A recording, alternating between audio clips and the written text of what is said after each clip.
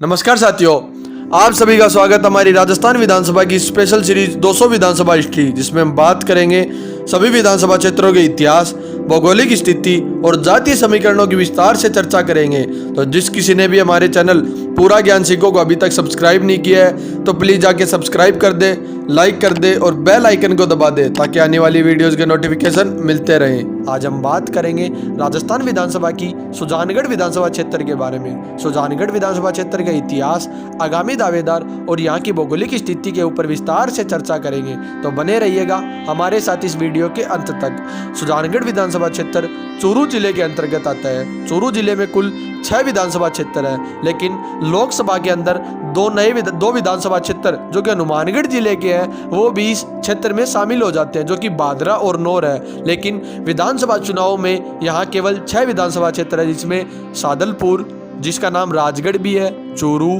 तारानगर, सरदार शहर, सुजानगढ़ और रतनगढ़ शामिल है। जनसंख्या की दृष्टि से देखा जाए तो सुजानगढ़ चूरू जिले का एक बहुत बड़ी विधानसभा क्षेत्र है, जिसको जिला बनाने की मांग भी चल रही है। दोस्तों, सुजानगढ़ के इतिहास की बात की जाए तो सुजानगढ़ का नाम बीकानेर के महाराजा सुजान सिंह के नाम पर रखा गया है। इससे पहले इस शहर का नाम खरबूजी की कोर्ट था। खरबूजी एक पंडित थे जिन्होंने 25 नवंबर 1520 में इस शहर को बसाया था। कानूनी मामले सुलझाने के लिए उन्होंने यहाँ एक कोर्ट बनाई, जिसके नाम से इस शहर को पहचाने जाने लगा। सुजानगढ़ तहसील के अंतर्गत 60 वार्ड है। सुजानगढ़ तहसील एक नगर पालिका सुजानगढ़ व एक नगर पालिका विद्यासर शामिल है तथा एक ग्राम पंचायत समिति सुजानगढ़ भी शामिल है। सुजानगढ़ तहसील के बड़े गांव जिसमें जिल्ली, सालासर, विद्यासर और लालगढ़ शामिल है तथा टेंडसर भी इसमें शामिल है। गढ़ में ताल छापर वन्य अभयारण्य भी शामिल है तथा यहाँ पर बालाजी का सबसे प्राचीन और भव्य मंदिर जो सालासर दरबार के नाम से जाना जाता है वो भी यहाँ शामिल है। सुजानगढ़ तहसील में प्रथम चुनाव 1977 में हुआ। इस चुनाव में जन नायक पार्टी उम्मीदवार रावत राम को कुल 28,585 वोट मिले और स्वर्गीय मास्टर भंवरलाल मेघवाल को कुल 13,403 वोट मिले, जिन्हें कांग्रेस से टिकट मिली थी।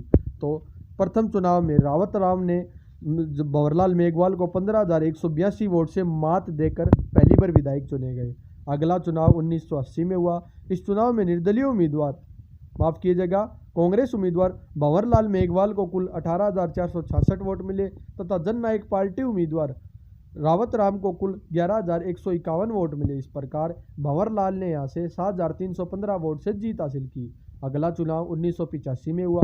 इस चुनाव में बीजेपी उम्मीदवार चुन्नीलाल मेघवाल को कुल 35,359 वोट मिले तथा कांग्रेस उम्मीदवार मास्टर भंवरलाल मेघवाल, जो कि पूर्व में न्याय मंत्री भी रहे, उन्हें कुल 30,057 वोट मिले। इस प्रकार चुन्नीलाल मेघवाल ने यहाँ से 5,302 वोट से जीत हासिल की। 1990 में कांग्रेस के कद्दावर नेता माने जाने वाले मास्टर भंवरलाल को 33,474 वोट मिले तथा निर्दलीय उम्मीदवार रावत राम को कुल 19,903 वोट मिले। इस प्रकार भंवरलाल मेघवाल ने यहाँ से 13,571 वोट से जीत हासिल की। अगला चुनाव 1993 में हुआ। इस चुनाव में रामेश्वर लाल भाटी को कुल 44,305 वोट मिले तथा कांग्रेस उम्मीदवार मास्टर भंवरलाल मेघवाल को कुल 42,573 वोट मिले। इस प्रकार रामेश्वर लाल भाटी ने यहाँ से 1,732 वोट से जीत हासिल की। अगला चुनाव 1998 में हुआ। इस चुनाव में मास्टर भंवरलाल मेघवाल को कुल 57,174 वोट मिले तथा भाजपा उम्मीदवार रामेश्वर भाटी को कुल 43,009 वोट मिले। इस प्रकार मास्टर भंवरलाल ने यहाँ से 14,165 वोट से जीत हासिल की। दोस्तों, मैं आपको एक चीज और भी बता देता हूँ, यहाँ पे आज तक कोई भी विधायक अपना कार्यकाल लगातार 5 साल के बाद जारी नहीं रख पाया है। यहाँ पे इस प्रकार राजस्थान में सरकार हर 5 साल के बाद में बदलती है, उसी प्रकार सुजानगढ़ में भी वही सिलसिला जारी रहता है और हर 5 साल में एक नया विधायक चुना जाता है।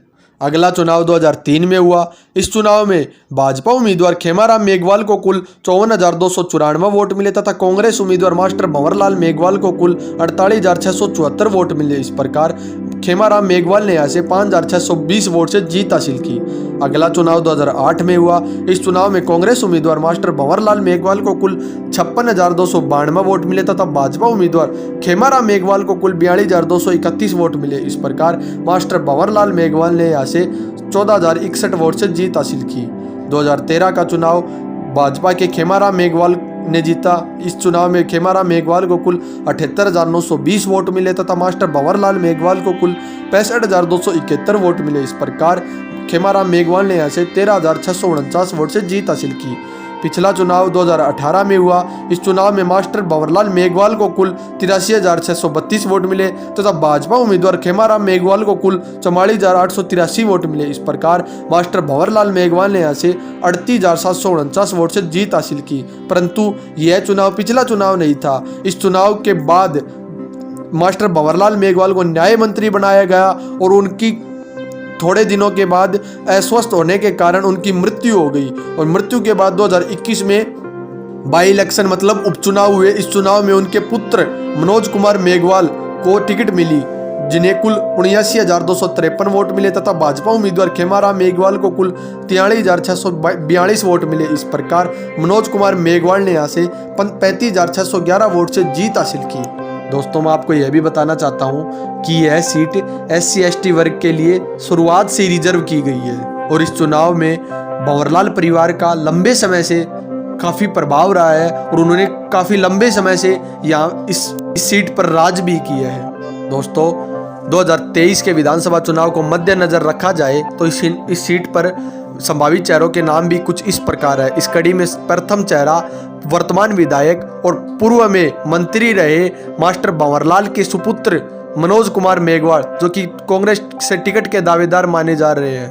भाजपा से टिकट के दावेदार खेमाराम मेघवाल, जो कि पूर्व में 2 बार विधायक भी रह चुके हैं तथा लगातार 2 बार चुनाव हार भी चुके हैं, परंतु वह भाजपा से कद्दावर नेता रहे, भाजपा से पूर्व में मंत्री भी रह चुके हैं और वह भाजपा से सबसे प्रबल दावेदार माने जा रहे हैं इस सीट पर टिकट के।